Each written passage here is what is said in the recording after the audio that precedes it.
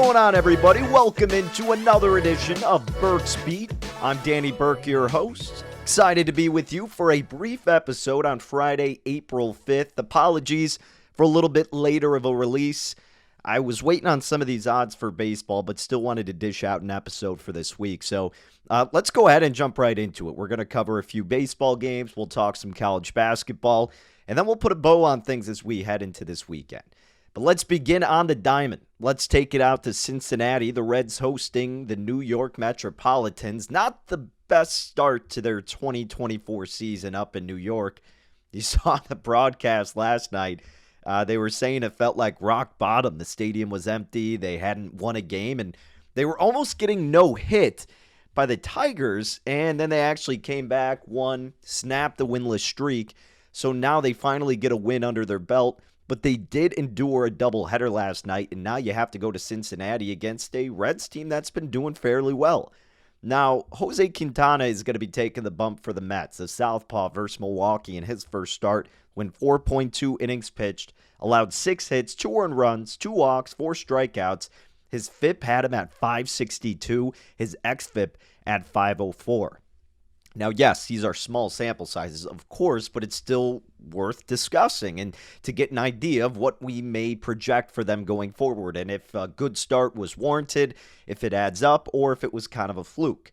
Now, in 2023, Quintana went 75.2 innings pitched, had an ERA of 3.57, but his expected ERA was 4.55. And then his FIP was 3.52, so you look at that, you think that's fine and dandy. However, his expected FIP was 4.47. His Sierra, meaning his skill interactive ERA, 4.71. As a Cubs fan, you know the volatility that Jose Quintana presents. And I think against a Reds lineup that, has been a little bit slow to start, but against lefties, albeit in only 57 plate appearances, they have a 106 weighted runs created plus, 348 weighted on base average, and a batting average of 278 against the lefties so far. Now, the Reds will be trusting Hunter Green, the young right-handed pitcher, in his first start this year, went 4.2 innings, allowed 5 hits, 2 earned runs, unfortunately did walk 4 batters, but he tallied 7 strikeouts and had a fielding independent pitching of 283, so his FIP was strong at saying that he probably should have pitched better. In 2023, yes, this was the beginning of his campaign in Major League Baseball. 112 innings pitched. His BABIP, batting average of balls in play, getting a little unlucky, very high at 339. His earned run average, 482. Expected ERA, 382. His FIP was 425, and then his xFIP, a 4 flat. Skill interactive ERA, 374. So look, Hunter Green, we are expecting him to progress. We are expecting him to get better and improve, and that's just going to come with maturity, with experience, and with more reps. And I think against the Mets offense that is very, very much struggling, they're dead last in weighted runs created plus against righties so far with a 46. Dead last in weighted on base average against righties, 234. Their batting average is second worst at 152. All of that in 173 plate appearances against righties. Makes this an attractive bet in my mind for the Cincinnati Reds. Best price I've seen, minus 117 at Circus Sportsbook here in Illinois. That's what I'll be backing between Cincinnati and the New York Mets. Moving along, how about the Phillies taking on the Washington Nationals? This one down in Washington. The Nationals, a sizable underdog here. I'm going with Philadelphia on the run line, minus 110. Philly coming off an off day yesterday. They started out 2-4. They need to get more into a rhythm. And, well, Washington's a team that can provide you a spark, as we know. Nationals also started 2-4. They lost 7-4 at Pittsburgh last night. Aaron Nola had a really, really brutal start in his 2024 season. Unfortunately, went against the Braves, a team I think is going to win the World Series. He went 4.1 innings pitched, 11 hits allowed, 6 earned runs. Only 3 strikeouts, 1 walk, 2 homers, but his xFIP signaled 359. So he got mauled, but maybe not as bad as some of those numbers and, outright view seem to make you think he was. And in 2023, not his best year, not terrible, but he had a 4.46 ERA. Again, the underlying metrics show his expected ERA 3.71, his FIP 403, and his xFIP 363. His SIERA 375. Now, this will be Nola's 30th career start against Washington. It's actually his second most starts against any opponent in Major League Baseball. And against Washington, he's 7-8, 3.87 ERA, and 167 and 1/3 innings of work. The southpaw Patrick Corbin has also had some experience against his opponent, being the Phillies. He's seen him 20 times, or at least 20 career starts, and he's 6-9 in those starts with a 4.74 ERA. 180 innings pitched last year for the southpaw. What's concerning was the fact that his home run to fly ball ratio was 16.3%. You want that sub 10%. Corbin was susceptible to giving up the long ball. His ERA was 5.20, expected ERA 6.16. His FIP was 5.28, xFIP 4.76, his SIERA 5.01. So look, Corbin is not an improving pitcher. I can't imagine it's going to happen against a dominant Phillies lineup that's been underperforming to begin this year. Now at Cincinnati in his first start, only went 4.1 innings, allowed 7 hits, 4 earned runs, 2 homers, 1 walk, 2 strikeouts. Philly in 92 plate appearances against lefties, 104 weighted run created plus, 338 WOBA, and an average of 275. Not too shabby out of the Phillies. Washington has seen righties 163 plate appearances so far, 286 average, 377 WOBA, and a 129 weighted runs created plus. So actually Washington's bats have done fairly well against right-handed pitching, but the wind is kind of coming in. It's coming across / in, and the totals moved down from 9 to 8. And when you see a lower total and some sharper movement altering it to the under, typically that favors the favorite, right? That signals that the favorite has the edge in this game because they're the better team. They can win in a tightly contested spot.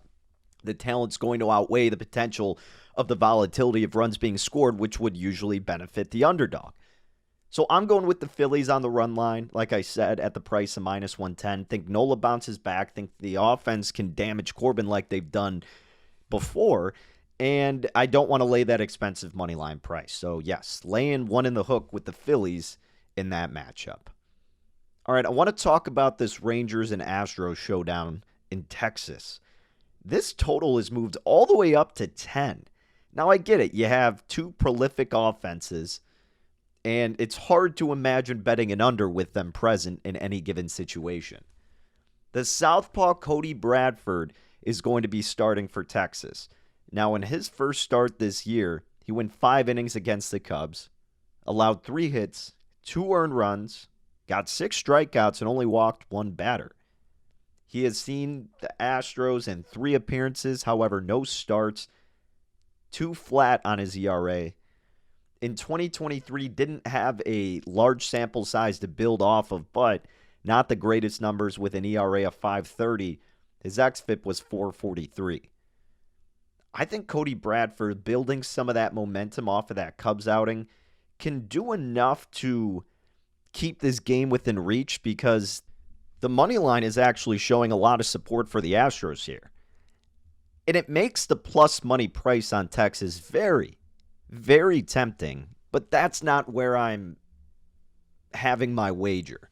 My wager is going to be revolving the total. Again, I told you that it moved pretty abruptly to the over. And both bullpens have been fine, below average. I want to look at the first 5 here. So we know what Cody Bradford presents. And yeah, there's certainly an avenue where he could just get demolished, but I think he can maintain enough. Hunter Brown is taking the bump for Houston. Now, Brown is a pitcher that had outings last year where they were completely infuriating, but simultaneously you saw sparks of what he could become. And that's indicated by those underlying metrics. So his ERA in over 155 innings of work in 2023 was at 5.09. But his xFIP was 3.52. And he had a great start this season against the Yankees. His first one, he went 4 innings, surrendered just 4 hits, 1 run, 5 strikeouts, and 2 walks. And he's done well versus Texas. He's gone 2-1 with a 1.59 ERA in 3 career starts versus the Rangers. I think the Astros, by the way, have won 8 in a row on the Rangers' home field. So, yeah, maybe that's also why you're getting some support to Houston. But again, my thoughts are revolving around this total. The first 5 is listed at 5.5. The Astros have stayed under 5.5 in the first 5 innings in 6 out of 7 games. The Rangers have gone over a few more times. And I just think this is a little bit of an overreaction in the market and thinking that these offenses are just going to absolutely power through in this game. And I could be wrong, right? I could very well be wrong. Bradford maybe is not going to be solid in this game, maybe not going to be reliable. But I do think I can trust Hunter Brown here. And I think that also coincides with the Astros getting some love in this market. So I think 5.5 is a tad too steep. But I'm only making this a half unit play. So I'm going first 5 under 5.5, minus 110, 0.55 units to win 0.5. The market moving so aggressively provides some timidness with my handicap. You have to respect the market movement, especially early in the year. You want to see if you're missing something or not. But I think it's moved too much, and I'm willing to at least lay half a unit to think that this stays under 5.5 for the first 5 innings. Could absolutely be wrong on this, but I'm willing to throw a half unit on it to find out. All right, final official play for Friday in baseball. Let's talk Red Sox and Angels. Boston's 5-2 to begin their year. Coming off a 3-game sweep of the A's, they've won 4 in a row. Angels also won 4 in a row and just swept their recent series. It was against the Marlins, who, by the way, Miami's been an absolute nightmare so far. So it looks like this game's going to be taking place again in Anaheim. The Los Angeles Angels, though, the wind's blowing out to right field, 15 miles per hour. Now, that, in my mind, is good news if you want to back Boston, because Cutter Crawford is going to be starting, and the righty did really spectacular work at limiting the home run damage last season. Had a home run to fly ball ratio of 9.9%. Now, the goal is to be under 10%. He fit the bill for that. And in his first game, he went 6 innings, just 3 hits allowed, no earned runs, 7 strikeouts, and 1 walk. Last year, he went 129 innings of work, 4.04 ERA. His his expected ERA was 3.25. So, look, Cutter Crawford is certainly a pitcher who's shown promise. His xFIP was 4.32 and his FIP was 3.83, but his skill interactive ERA is 3.93. I think the Angels have gotten a little benefit from the opponents they've played so far. And by the way, Cutter Crawford's first outing was against a respectable lineup in the Seattle Mariners. On the road, too. But I think Crawford, with the variety of pitches he can deliver in a game where offense may be coming at a premium, I think that really is a good sign for Boston here. Now, Griffin Canning is going to be taking the bump for Los Angeles. Last year went 4.32 with his earned run average, 4.29 on his FIP, expected FIP 3.82. But here's the difference. His home run to fly ball ratio was at 16%. In last season, he almost allowed 40% of his hits to be classified as hard hit. So when the opposing batters are making contact, you go soft, medium, or hard contact. And almost 40% were classified as hard hits. So the opposition is making quality contact against Canning, who's, to his fault, maybe relying on his unproductive fastball a tad bit too much. And that was evident in his first start against Baltimore. 5 innings of work, 7 hits, 5 earned runs allowed, only 2 strikeouts, and 1 walk. And it didn't seem like that was a fluke because his xFIP was 6.31 in that game. His FIP was 5.66, so it adds up.